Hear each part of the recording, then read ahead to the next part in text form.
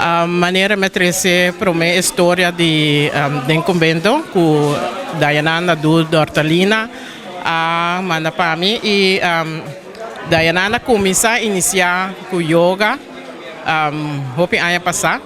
Atualmente está viva na Tilburg, Holanda.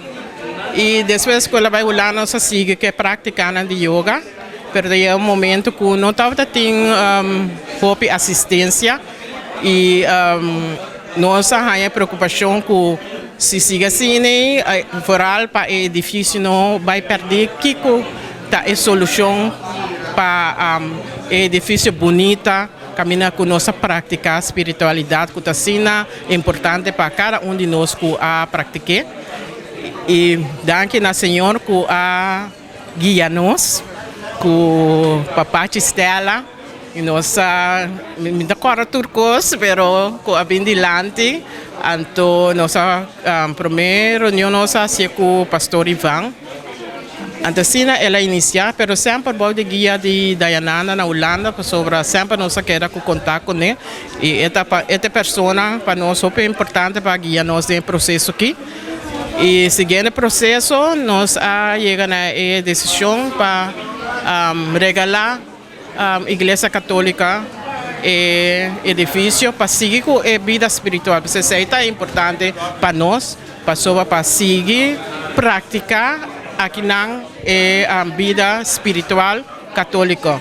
E de maneira nós podemos ela chega o momento para o buyback de manan caminha ela principiar. Porque isso é a intenção. E também uma pessoa que nós tínhamos danke na jeita Maica Nicolás, que ajuda nos no processo, uma pessoa mais great mesmo, que nós trabalhamos com ele.